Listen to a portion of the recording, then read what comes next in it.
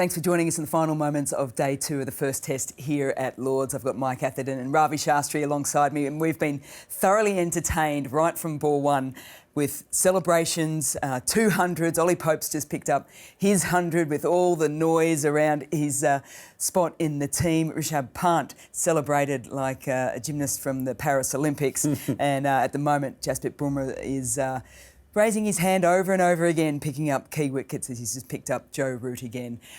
It's been a day that's had all of us on the edge of our seats still. Completely enthralling, as it often is here at Headingley, because the conditions can change from hour to hour. Clouds rolled in. England took the last 7 wickets for 41, but that was after the most brilliant 100 from Rishabh Pant, who went to it with a one-handed 6 and then a backflip somersault to celebrate. Amazing, amazing 100. And then the brilliance of Bumrah, who knocked the first 3 out. And Ollie Pope, as you say, 100 that will have answered a lot of questions. He will have known all the question marks, all the comments, all the noise around his place in the side. Now he started with a big 100 against Zimbabwe, 100 here against India. The significance of the 100 against India much more so than Zimbabwe, because his record against the top 2 teams, India and Australia, markedly lower than the others. And now 200s in 2 games, he's cemented his place. Can you read anything into the celebration? Well, all you know is that players do hear the noise from outside. They often say, we don't read the papers, we don't listen to the pundits, and well, that's right. You know, it's what's said in the dressing room that matters, but inevitably stuff filters in. And he will have known what people were saying, the questions that were being raised. And in that celebration, it was just a bit of, you know, I'm here to stay. He's got possession of the place at number 3. And if you have possession and you keep getting 100s, they can't drop you. So that's one celebration. Ravi, talk me through Rishabh Pant's celebration, because it was a forward flip that came out of nowhere, but probably matched his whole innings, because it was an innings of falling scoops and one-handed 6s. It was phenomenal. Yeah, he reflected on the Paris Olympics and a gymnast coming out of there. He's done that from a young age. You know, gymnastics has been in his blood from a very young age, and he often does that, you know, even at net sessions and things of that sort. So I wasn't surprised with that celebration, but I mean, what an entertainer. I mean, he's an outrageous player.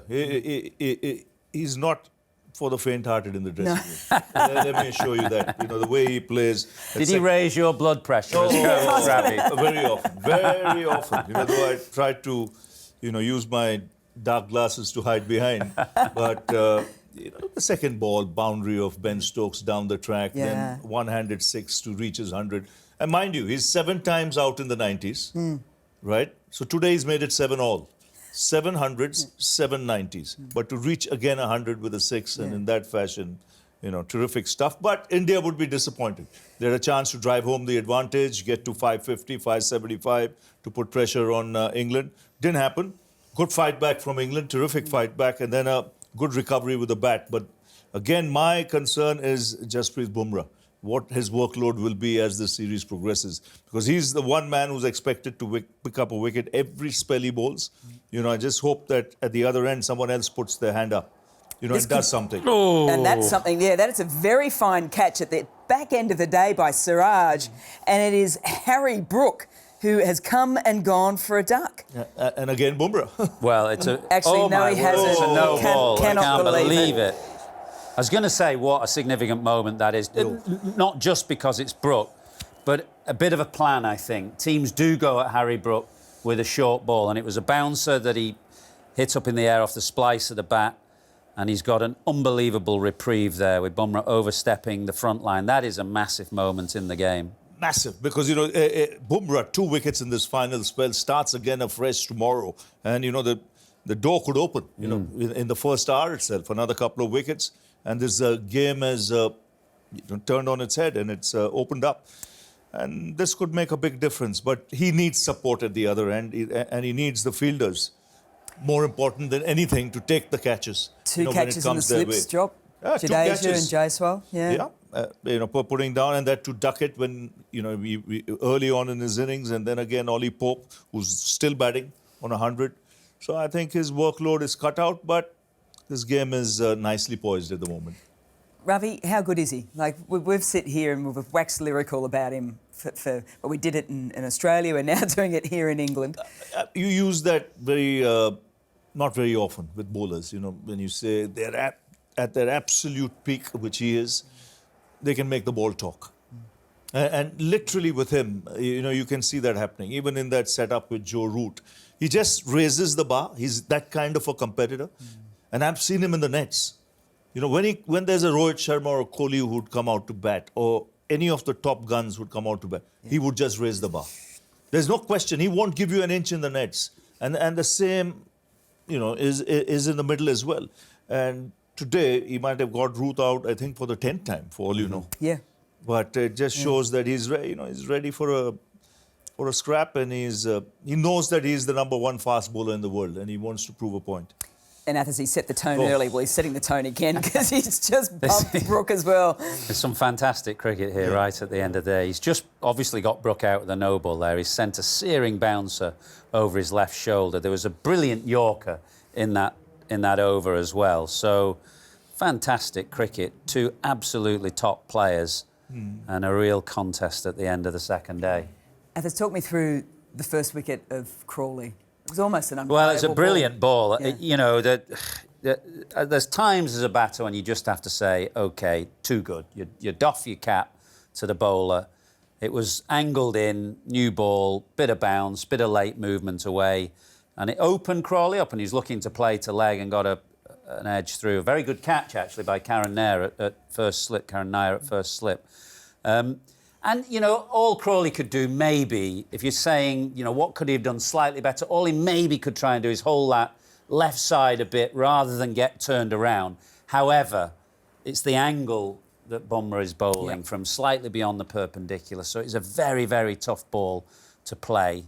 A great bowler, a really great bowler. And I think the significant difference I've seen since Australia, you know, just before Australia, he's got the swing back with the new ball. Yeah. You know, we know he can seam it. His stock delivery could be the one that nips back into the right-hander and can catch him in front. But because of the swing he gets now with the new ball, you know, as a batsman, you don't know what to expect. You can't set yourself up. You've got to be watching closely. The timing of your trigger movement has to be spot on, you know, and you can't move around the crease too much because he'll eat you for breakfast. You know, the way he's bowling. Would it be fair to say this Duke's ball is swinging a little bit earlier than it usually does as well? Well, it did yesterday for England. It swung right at the start for Bryden Carse, who's not known as a swing bowler, actually. And normally, you know, if you ask Stuart Broad or Mark Wood, who are with us this week, they'd say the Duke's ball would start to swing at maybe 10, 11, 12 overs when that lacquer has gone off the ball. But it's moved enough here to keep the bowlers interested. But there's been times when it's looked very good for batting as well. The outfield very fast. This game is beautifully set up, actually. We've just seen the last over bowl by Bumrah, 209 for 3. Pope 100. Brook yet to score and has been given quite an examination there. So it sets it up for a fantastic morning tomorrow because Bumrah is going to be given that ball straight away, I'm sure. I think he would be. By the captain, just a couple of words on Gill today, captaining in the field. It's been a tough day at times with the big partnerships on display. Yeah, I just hope he just tightens up the field placements, you know, doesn't give the easy single away, doesn't allow the game to drift, looks for wickets because, you know, this is a first innings game. If he can get a lead, a sizable lead here, you know, the game opens up big time. And there would be a chat on some discipline at the other end. You know, Siraj just started to find some rhythm, you know, after tea. Yeah. You would expect more from Prasidh Krishna and Shardul Thakur as well. Fast forward 12 hours' time and we're back here as well. Well, we'll be back here, but who knows what will happen, and that's the beauty, of sport, obviously, the unpredictability of it, but cricket at this ground as well. You're just not quite sure what the conditions will be. Is day 3 typically the moving day? It can be. You know, it's impossible to say, and I think that's why, you know, it's good cricket. We'll be turning up with anticipation. 2 top players at the crease, top bowler in Bumrah who'll be given the start, and all to play for. The game is wide open.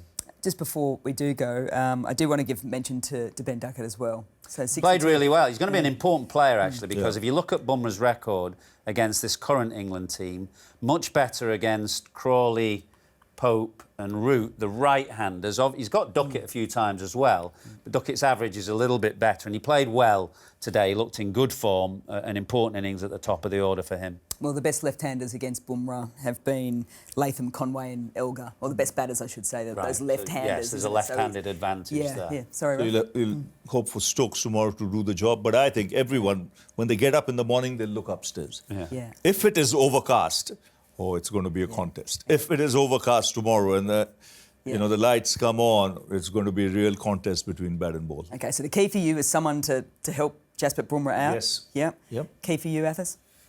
Well, Harry Brook's playing his first test against India. Remember, he missed the series in 2024 because his grandmother, was very ill.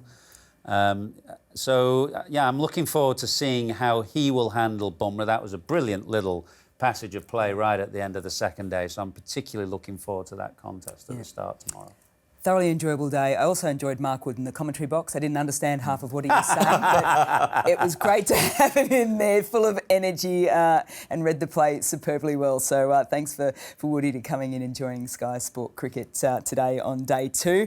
But England finishing off the day 209 for 3. They trail by 262. We'll be back here tomorrow to see how day 3 pans out. Thanks for joining us.